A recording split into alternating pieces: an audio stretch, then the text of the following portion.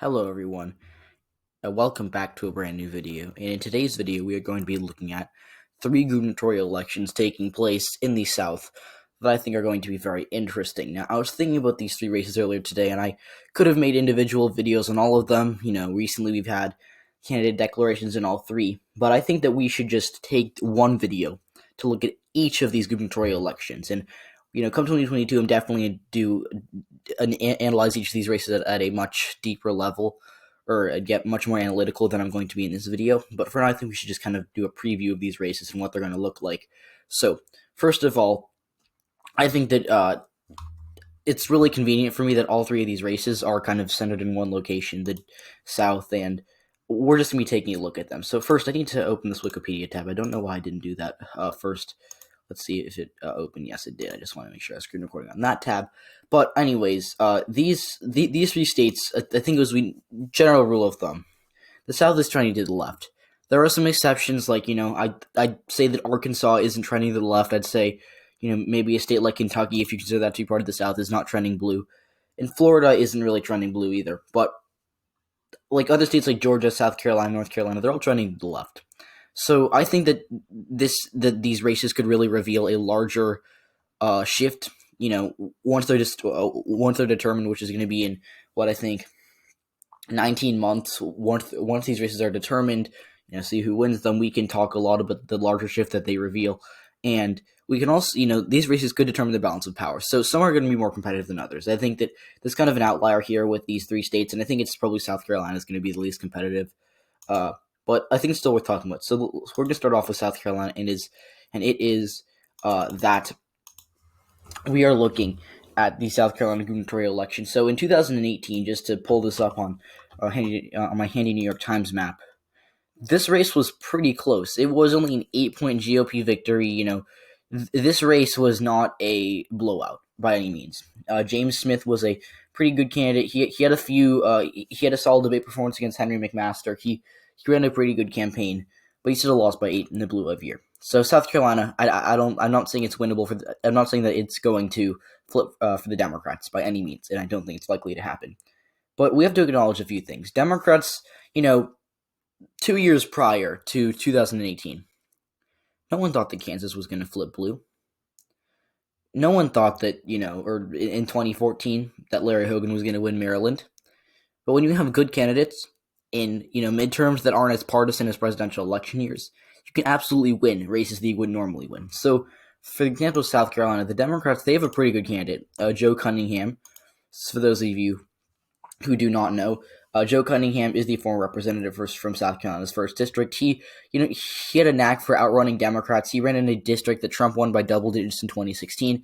Then 2018 flipped into the Democratic Party. He lost in 2020. He lost by, I think, 2 or 3 points, but he still outran Joe Biden by a lot. And he still ran a pretty good campaign, all things considered. So I think that, against someone like Henry McMaster, who's not that popular, he could give McMaster a run for his money. Now, will 2022 be as blue as 2018? Probably not. It's always a possibility, but probably not. 9 times out of 10, not going to happen.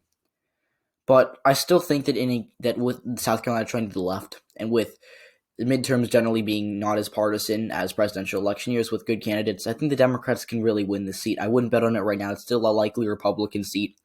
But Cunningham's a good candidate. And 2 years out, I'm not gonna say that he's 100% not gonna win. I'm not gonna just ignore this race. And I think it could, I think that Cunningham coming within 7 or 8 points of winning this race could reveal that the Democrats would do well nationwide. Because remember, in 2020, Georgia voted, 13 points to the left of South Carolina? Florida voted 10 points to the left of South Carolina, right? South Carolina, if it's only R plus 7, is Georgia D plus 5? Is Florida D plus 2?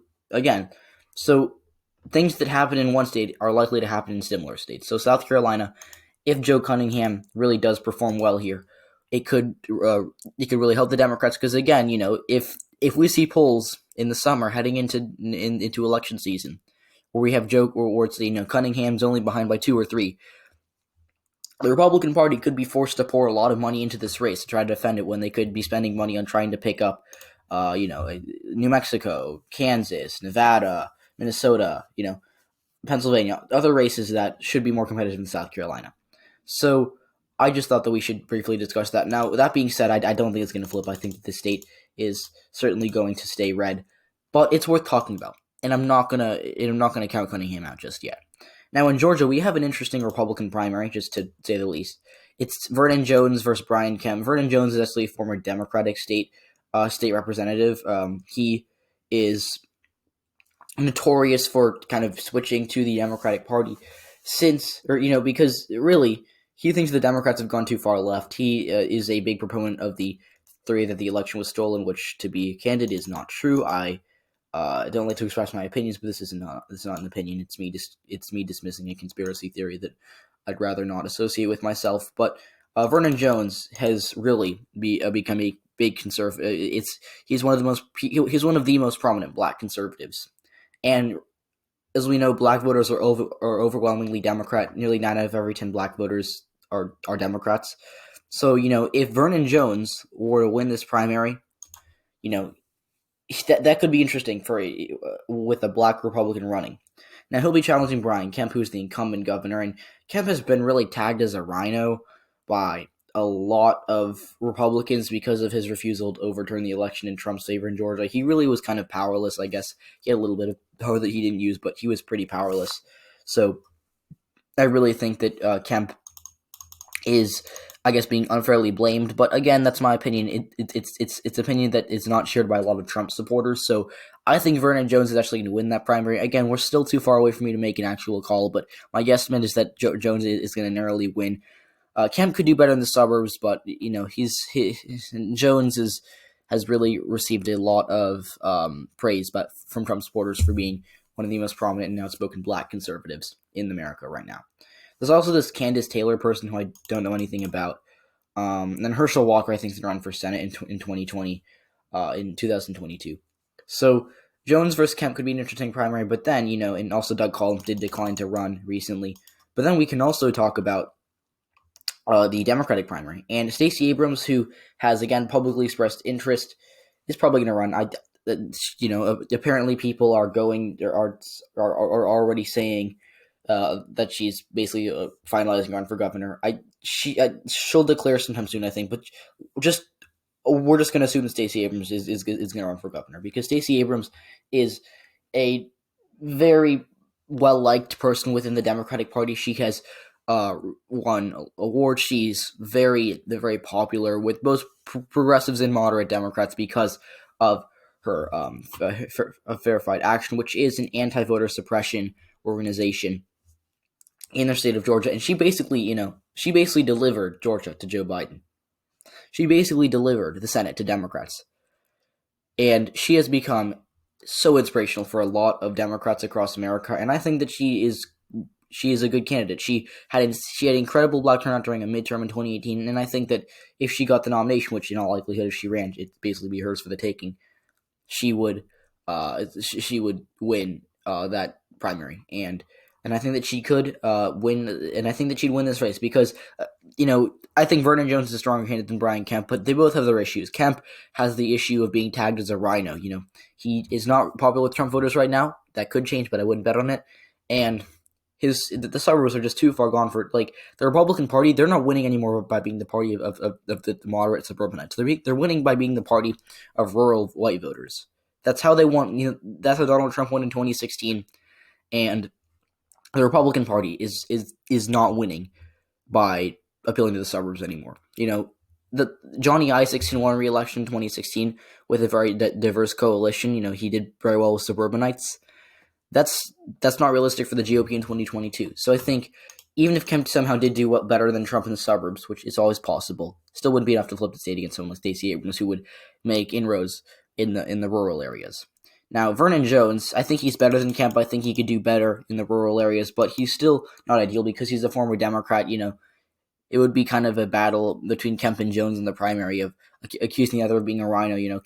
Jones would accuse Kemp of not overthrowing the election in Trump's favor, and then for Kemp would, say Vernon Jones, he was literally a Democrat until a year ago. So, this is a very messy primary. It's going to be interesting. It'll be an interesting election, but for right now, I think the Democrats are favored. And especially a state that was so close in 2020. It'll be interesting to see who comes out on top in this race, because I know for a fact that this race is going to be close. Well, I don't know for a fact, but I am 99% sure that this race is going to be very close. And Georgia could always swing the balance. It did in the Senate, and it could do so in the governor's race. Now, in Florida, this is interesting because I've previously been very, very bullish on Ron DeSantis in 2022. I had this race as likely Republican before a lot of people said so, and I still think he's going to win, for the record, but I'm not as bullish as I was before for a few reasons. So for the Democrats on their side, Charlie Crist basically declared. I mean, he's probably going to run. They have him under publicly expressed interest, but Charlie Crist is. I'm 99% sure he's going to run. Val Demings and Nikki Fried have also expressed interest. They're all interesting candidates in their own right. But I think Crist is their best candidate because Crist was the former governor of Florida. I mean, I think he was governor from 2006 to 2014 or something. Maybe. I think. And Jeb Bush is in there somewhere as well, which is interesting. But Crist was a Republican governor. He's kind of like the opposite of Vernon Jones, that he was a Republican, he switched to a Democrat.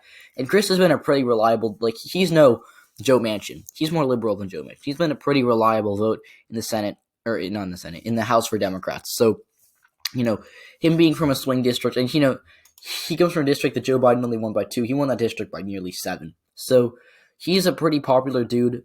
Now, that being said, I don't think that he's going to unseat DeSantis, especially DeSantis being so popular. I mean, I talked about a poll that came out the other day that had DeSantis' net positive approval of 14%, and a poll that sampled Democrats by 6% more than Republicans, and stated that Trump won by 3%. It should have been an R+3 sample or something, and DeSantis was favored by 14%. So if a group of voters that's plurality Democrat are approving of DeSantis by double digits, he's probably going to win re-election. I don't care how bad of a poll that was. It was a pretty bad poll. DeSantis, I still would say he's going to win. I'd still say he's going to win re-election by probably more than Trump. I think he'll win re-election by 4 or 5. Now, Crist could make it close, and if Crist runs a really good campaign, I could see that being a toss-up. But I think Crist is wasting his time. I think he should focus on challenging Rick Scott in 2024 for that Senate seat. But you never know.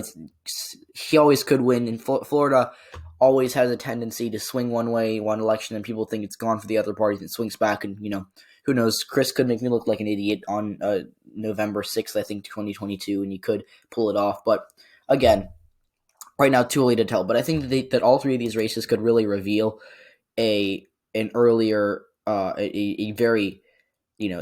very early look. Especially because they're all going to be closing their polls at 7.